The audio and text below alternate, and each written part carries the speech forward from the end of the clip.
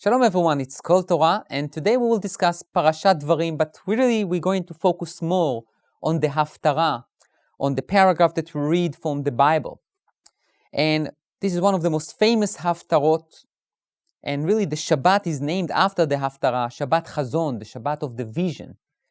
Whose vision? Isaiah, Yeshaiah, the prophet, who conveys a vision to the Jewish people. And the vision is a very, very sad one, very depressing one, describing the disappointment and the sadness that Hashem's feel as a result of the Jewish behavior and the punishment that He will penalize the Jewish people. One of the verses that I would like to read for you and to analyze with you is the following one. It says that Hashem says, you shall not continue to bring a worthless meal offering. Incense of abomination it is unto me. Which means Hashem says, don't bring those sacrifices anymore. It's like an abomination of an incense of abomination to me. And obviously I would like to try to understand why is it that the prophet compares the sacrifices and the entire temple service to an incense of abomination. What is the secret of incense? That it became the symbol of the dissatisfaction that Hashem has from our religious service to Him at the temple in the time of Isaiah. So when you think about the Ktoret, the incense, it has 11 ingredients. And according to the Talmud, one ingredient is a very bad ingredient. It's called chelbana, which smells bad, has a very unpleasant scent and smell. So obviously the question is, if it's so smelly, why is it in the Ktoret, in the incense?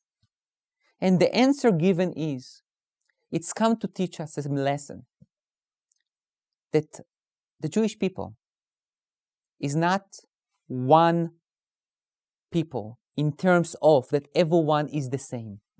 Some people are righteous, some people are a little less righteous. But the secret of the strength of the Jewish people is when you bring all of them together. And when you bring all of them together, even those people who may stray a little bit here and a little bit there, have something to contribute. Without that chelbana, without that smelly ingredient, our Ktoret will be lacking. It will be missing something and it will not be considered as a kosher incense. Which means there is an importance for every Jew, for every person.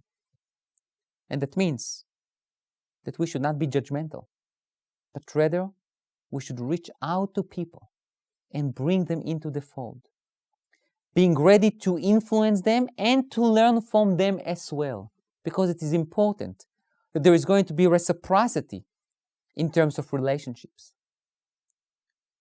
In addition, the Ktoret, the incense, was one of the temple service that shows the relationship, the special relationships and the connection between us and God. And the relationships are not only through an elite group, a righteous group that dedicated their lives to God's service. It's based on all of us. All of us contributes to these special relationships with Hashem.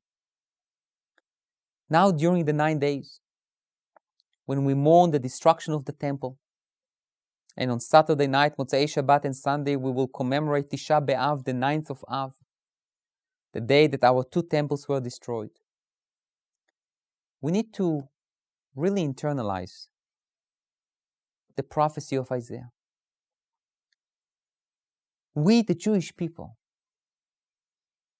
are strong, opinionated, motivated, like to think, like to be critical. But we must understand that we should not sectorize people, stigmatize people, ghettoize people, group people. We can be our independent person.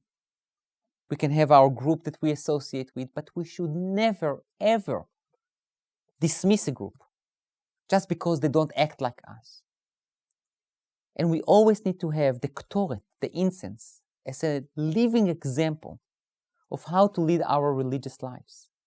We need all Jews, all sectors, all segments, all cultures, all natures, all personalities, in order to create a ktoret that will be with a pleasant smell that creates these beautiful relationships between us and Hashem. Thank you.